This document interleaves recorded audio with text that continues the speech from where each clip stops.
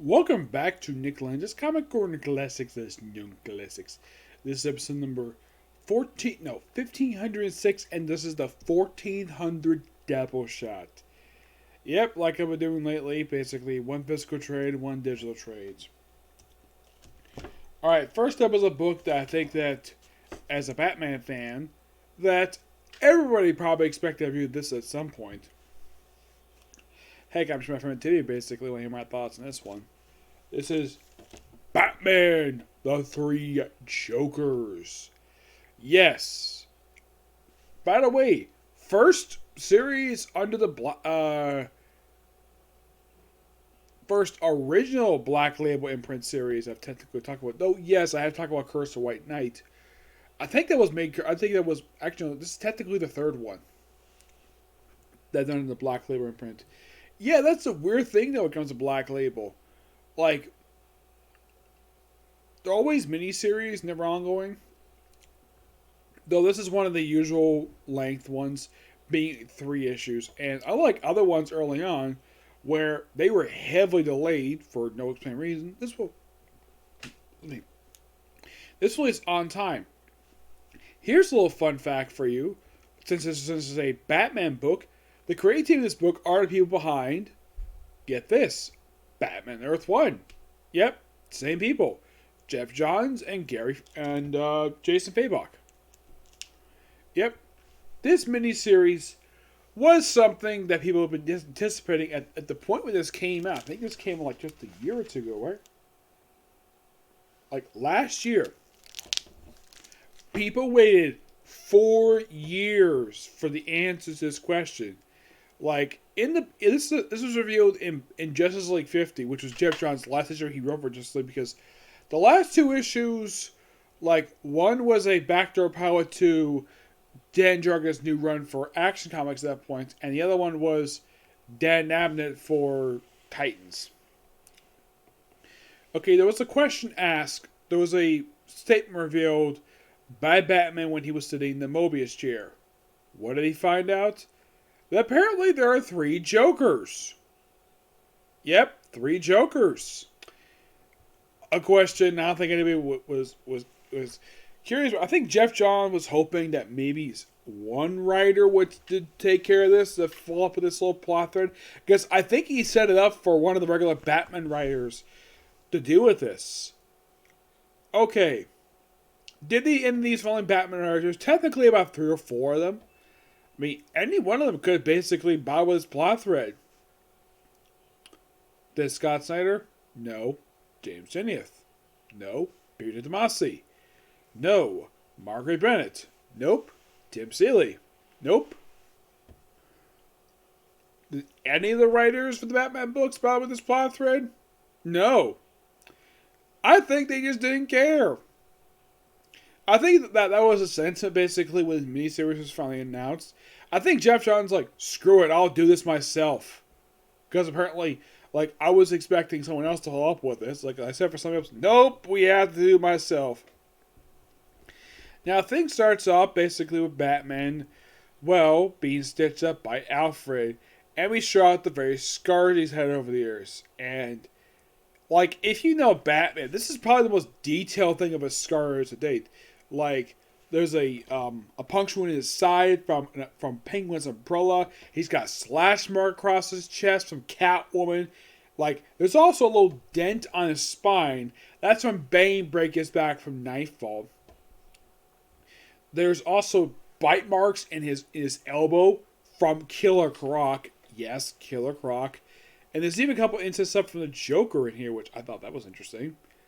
And I think that's it. And if you might be asking, did Poison Ivy ever injure him? Not really, no. Poison Ivy's never really injured Batman, which that's interesting. Yep. And then we cut to Barbara Gordon taking a shower. And we show off her scar too. What scar is it? Her bullet wound. Yes, seriously, Jason Fabok had a good idea to show off her bullet wound that's in her belly. That's been there since the Killing Joke. And then we cut to Jason Todd fighting a bunch of bad guys, have his helmet knocked off. Oh yeah, and showing the fact he's got like little marks on the back of his head. Which I'm thinking, okay. I get the fact he has those, but like that, I think a lot of writers can forget he actually still has those marks. In the case of Barbara Gordon, it's not surprising. Though it's shown, her bullet was like, apparently she was shot like to the right of her belly button. I'm like, what? Like, that's basically what happened with her. Yes. And if you're curious to what happened after she was shot by the Joker, what did he do? He stripped her naked and took pictures of her. Just to humiliate her father, Jim Gordon. No, seriously, that's what he did. There was an implied rumor for years that Joker raped her. According to a lot of people, that's completely untrue. Joker never raped her. He did strip her naked. It was just to humiliate her. Yep. Oh yeah, and they build the whole thing about the 3 Jokers thing. Yeah, 3 Jokers.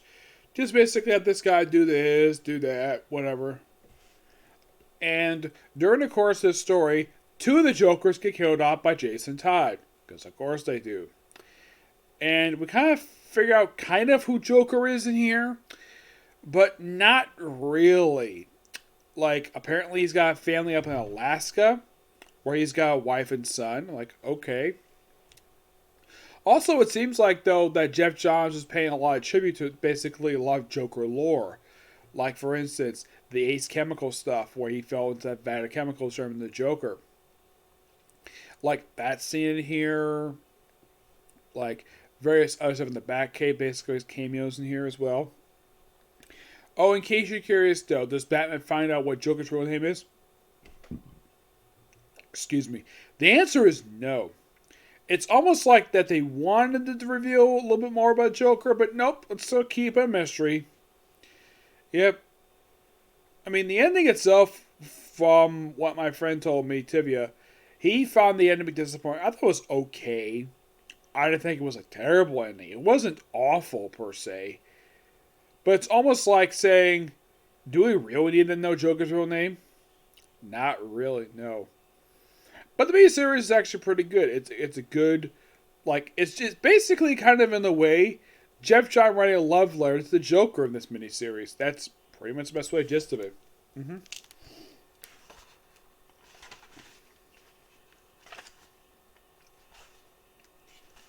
Oh yeah, there's one other wound I forgot to mention. Also, we first show off the Batcave, where we see one bat suit, a Robin suit, and Barbara Gordon's original Batgirl costume. As far as I can tell, I don't think it's ever made a post-Flash appearance. So yeah, first show off the various wounds, like stabbed by the Penguin, and of course, well, Bane. And then, of course, he has a scar, like, across, like, his abdomen, like, in a circle. That is from a heated rod of the Riddler's cane. Oh yeah, he's also got a stab wound. Is like, just like this side over here. You get that from the frickin' Scarecrow. He's also got bullet wounds. Yes, he has got bullet wounds. Who did he get it from? The Joker. And he's also got an acid mark on his shoulder from the Joker. And being sliced up on his shoulder by the Joker. Yeah, many instances of the Joker. I gotta say, this actually was a really good on the part of Gary Frank to do this. And Jeff John, this was really damn good. Now, I'm not going to show off the bullet wound that Barbara Gordon's got. Actually, no, it's not to the right of belly button. It's basically, like, the best way to describe it, it's just below her belly button, but it's definitely to the right. That's what the way the picture draws it. Yeah, but I'm thinking, though, like, wouldn't that bullet hole be a little more healed by this point? I mean, it's been, like, a long time.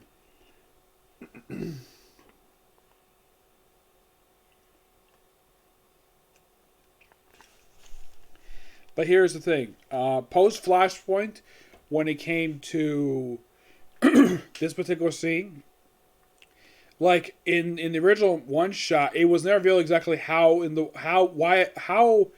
did Joker find out where Barbara Gordon was? Like, in post Flashpoint, it was revealed that James Gordon Jr. told the Joker where she was. Yep.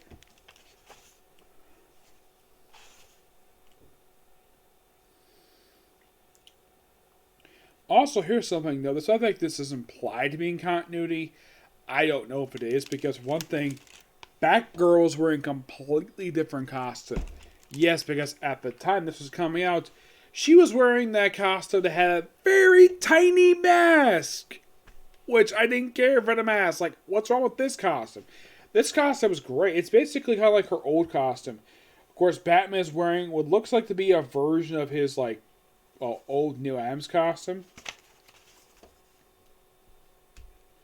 I mean, does he have the, like, underwear outside his tights? Not really, no.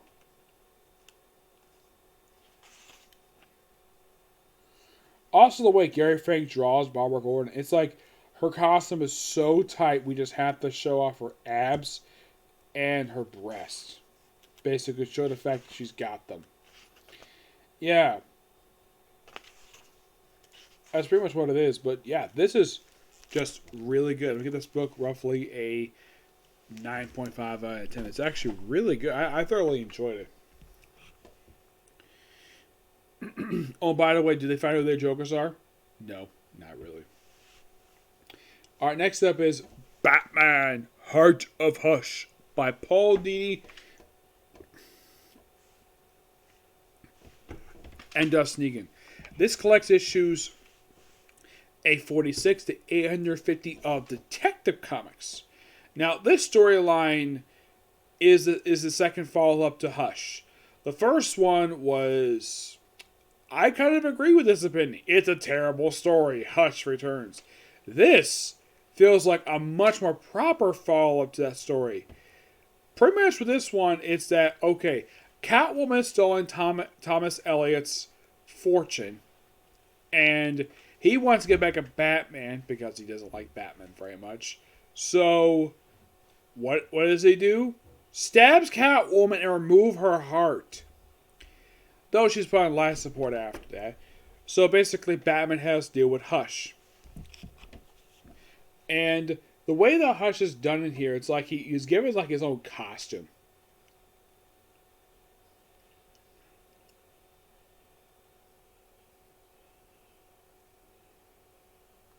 I guess he got like an H on his chest.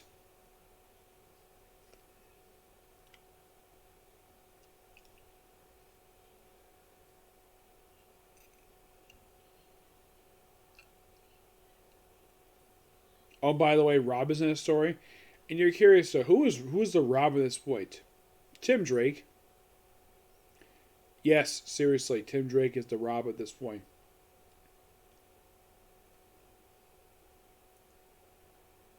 And we also have a guest appearance here by Scarecrow.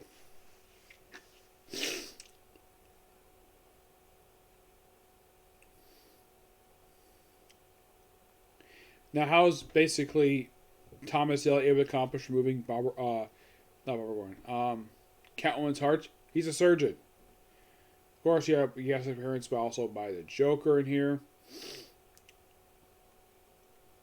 I'm trying to find the page that shows off his costume.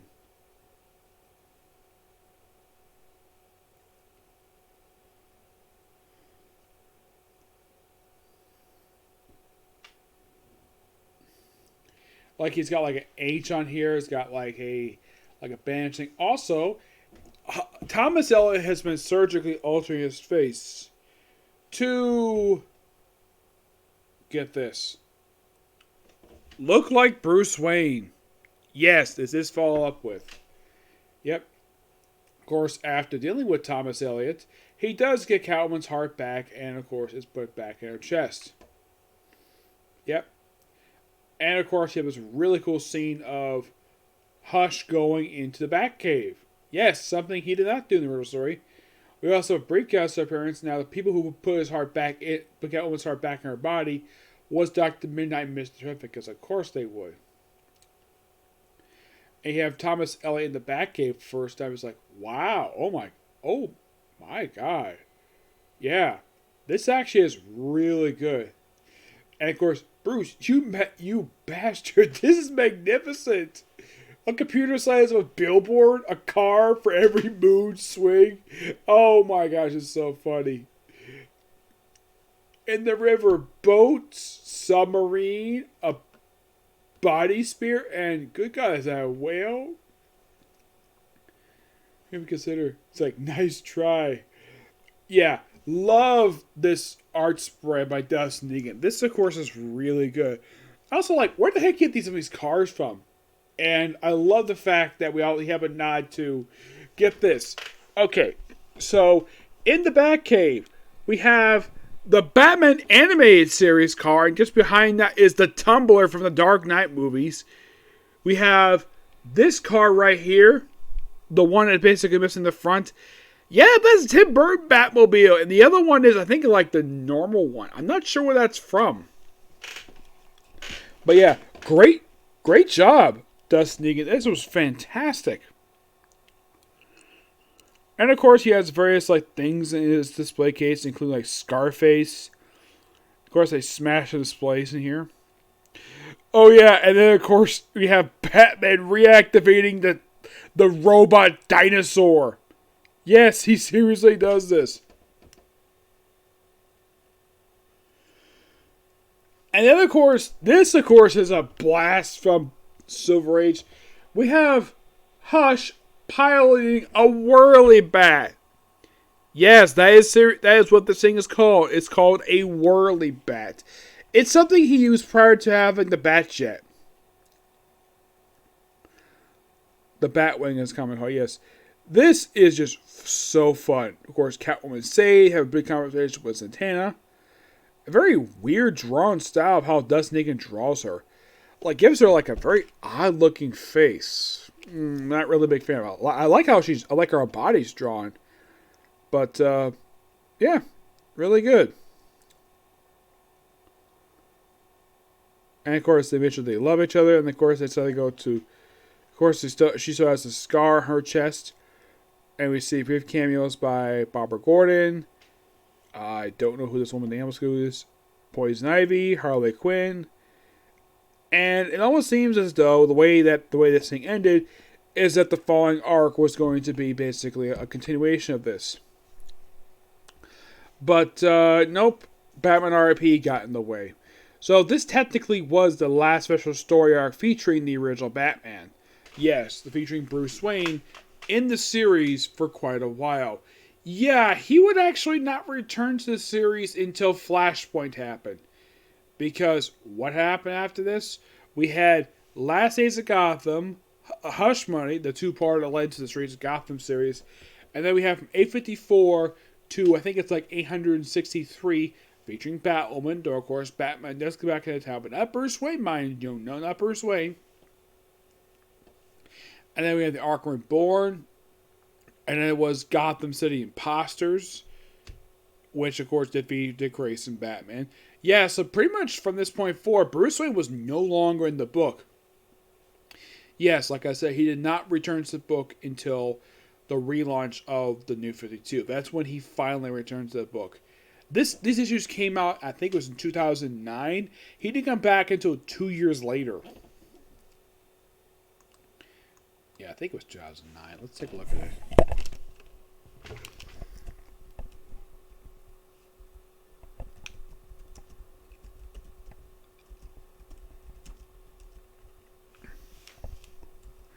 I mean, the one that's not like a hallucination or like a corpse. A apparent corpse of Batman. Mm-hmm. Yes, this came out at the... I think it was the start of 2009? Okay, yeah.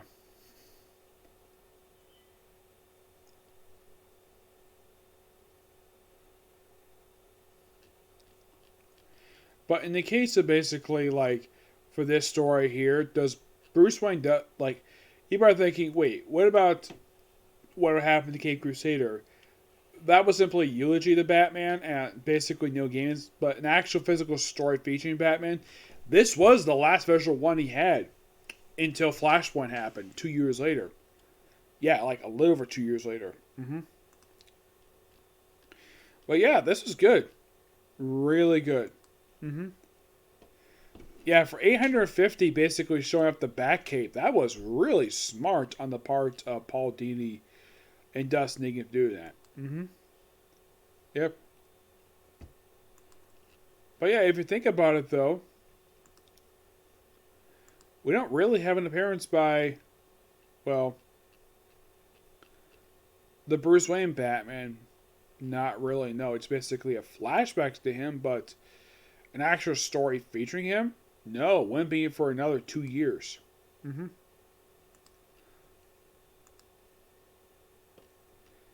So yeah, apparently, like, right after this issue, like, okay, so 851 came out in February 2009. That's probably like, oh, I don't know, like December. And after 852, the book apparently took like a 3-month hiatus for like comeback of a Cape Crusader, and it came back 2 months later under Batwoman, with having the Quest as a backup feature for the book, which of course Greg Rucka wrote that too, though without J.H. Williams doing the artwork.